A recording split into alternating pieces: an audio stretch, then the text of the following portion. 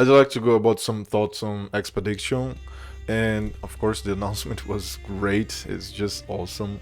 We have a lot of things to cover, so let's go here.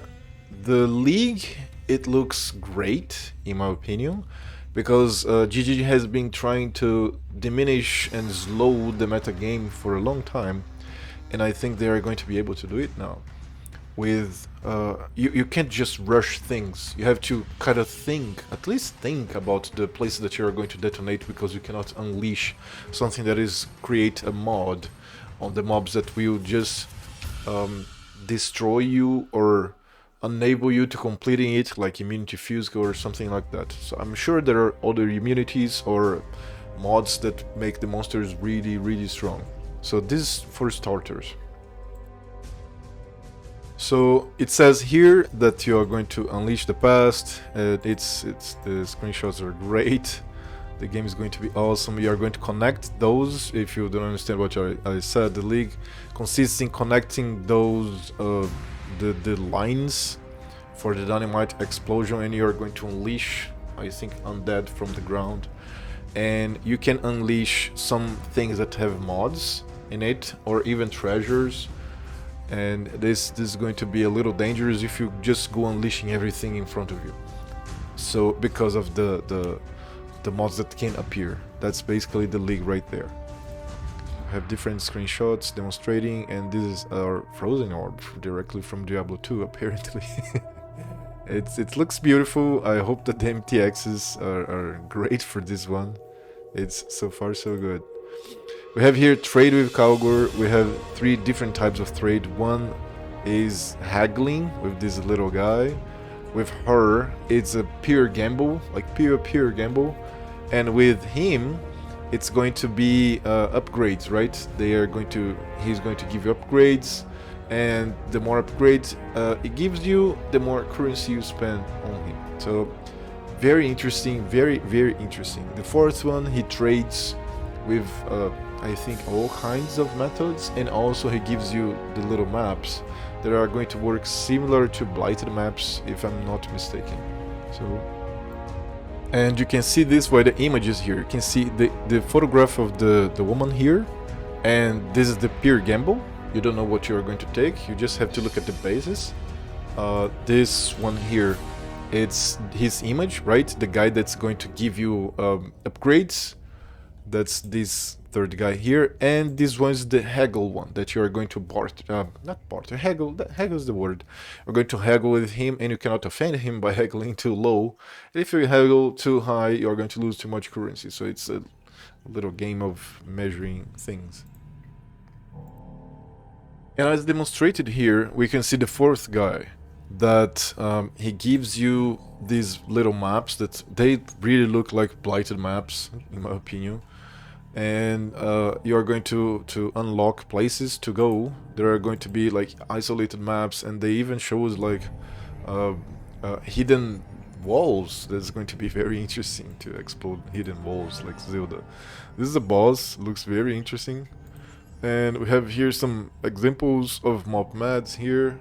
Of map mods, map mads, and we have here too. So they can be very difficult, but I guess the rewards are pretty interesting. So then we have here some photographs of the bosses. They look pretty sick, man, pretty sick. It's going to be fun, and I hope that they are going to be from less difficult to very difficult, like Delve is, to which we have some bosses that are kind of not hard, like the Blood one, and then you have all that not only is very rare but very hard. There's an execution and some things that automatically kill you if you miss. And here we have these uniques, very interesting here, increasing the reductions to maximum energy shield instead applied to ward. And we have here never deal critical strikes in Battle Mage. That's probably a notable that you're going to get, not a notable, a keystone.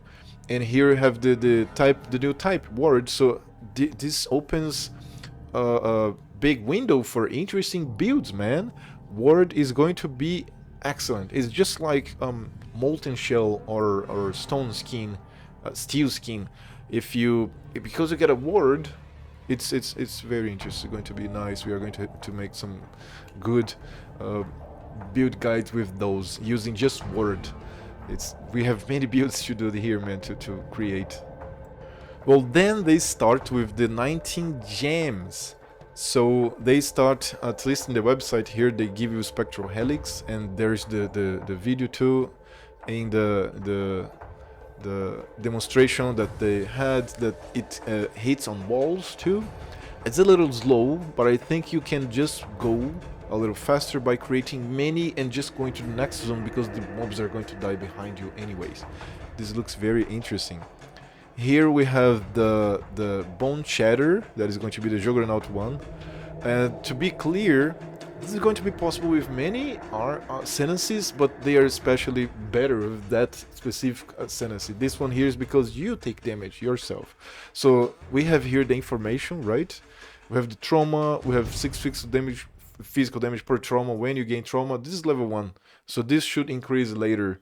And this should, we are going to have the gem informations later, so we're going to have some observations about that too. Rage Vortex is very interesting.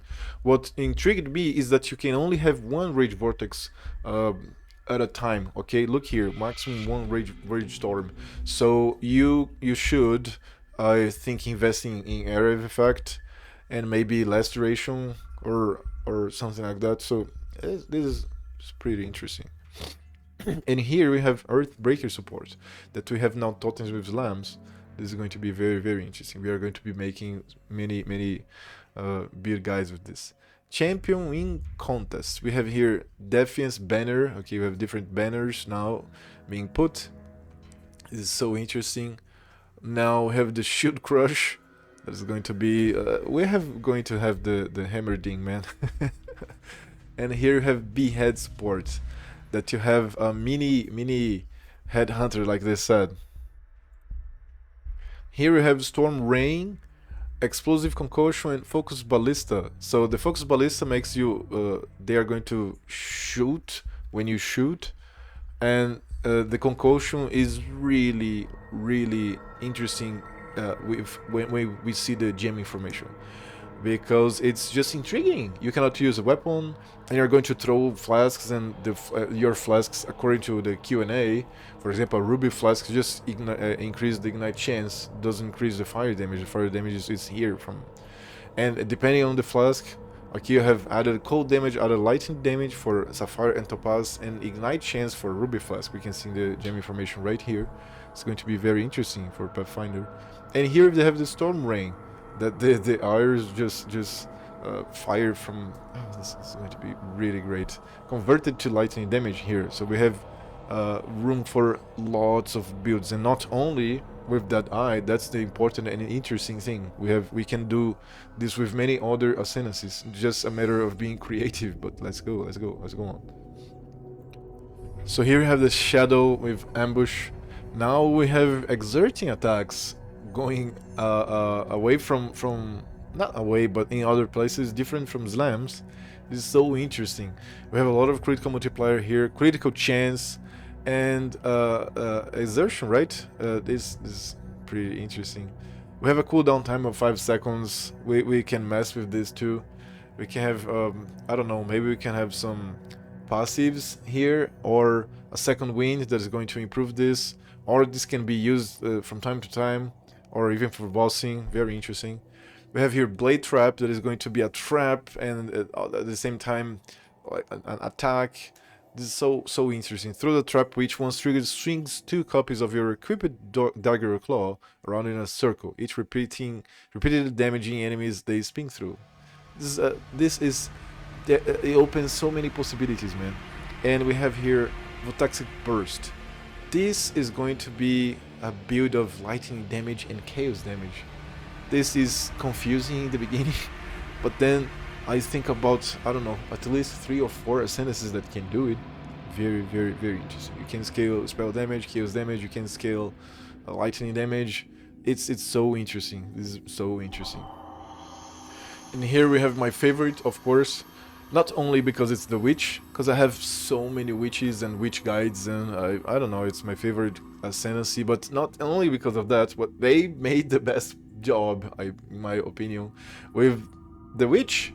We have here Forbidden Rite, you are going to just sacrifice life or effective health pool for damage, and it's going to be projectiles, and it's going to be chaos damage. This is so great. This is so good. We have here the Eye of Winter, that is our frozen orb from Diablo 2, directly from there.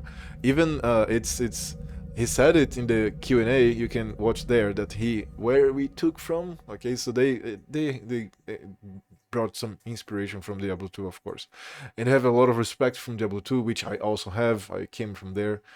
It is going to be great. The number of projectiles only apply to Final Spire, modifiers to number of projectiles. This is interesting because it's the real power on projectiles is just by the end, so the investment here to be optimal for damage should be in spell damage, in cold damage, maybe cast speed, so there's room for lots of ways of improving this here, and not only with Elementalists, of course. We have here, I don't know, Inquisitor, have we have Conversion, we can convert this for other elemental damage types, and we have Summon Reaper here. This is just incredibly amazing, man. This is going to be probably my league start. I'm going to make a build guide for this, of course. Necromancer is one of the things that I love the most. Is what really started me in the game. It's the Necromancer builds were the first to get me to maps, so I'm really going to make an excellent league starter with this. I'm going to create a build, I guess, with each one of these gems, but I think that's my league start right there. So on the Templar here we have many interesting things. We have a really hybrid here, a real hybrid. The mana bond. You have to make this control of the mana. The more money you have, more AOE. Less money you have, more damage. This is going to be this is going to create many interesting interactions.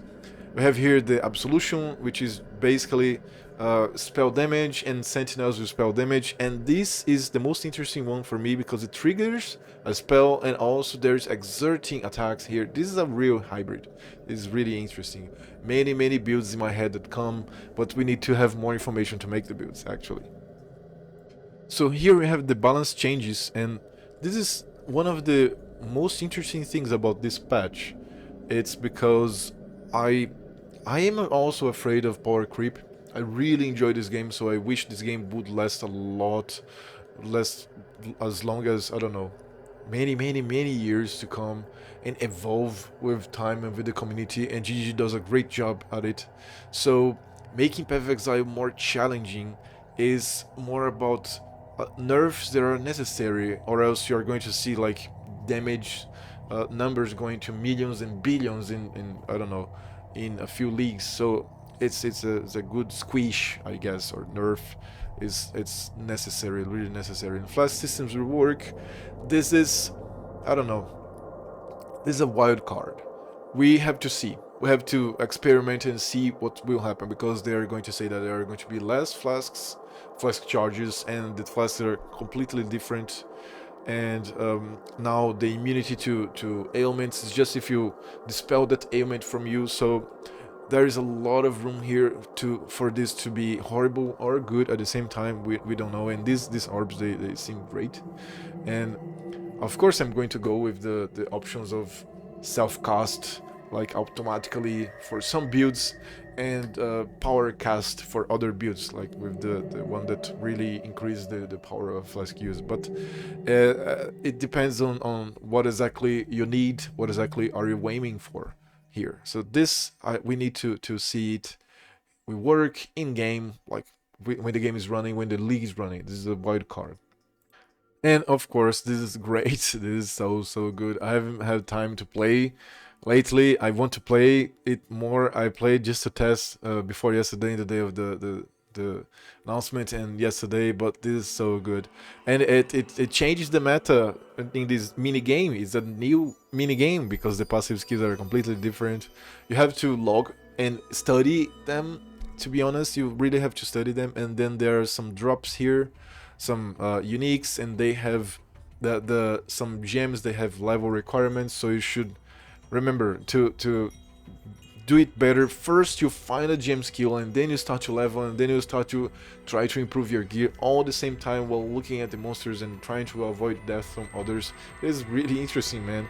I have a battle royale from the April's Fool battle royale that they did, but this one here is going to be very interesting to I don't know, show up in your hideout to others, to see that you are really making an effort to get in first place in many battle royales.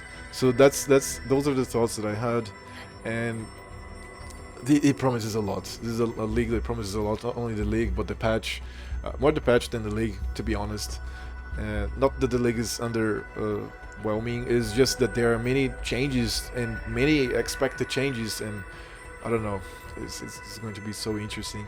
So if you came until here, please subscribe, comment, because the YouTube algorithm just goes this way, so I would really wish that you could subscribe and comment. This really helps me out, and this really influences me, and I don't know, puts me to the front to make new videos of Path of Exile or even other games and build guides and etc. So remember to smile. I'll see you in the next video. Bye.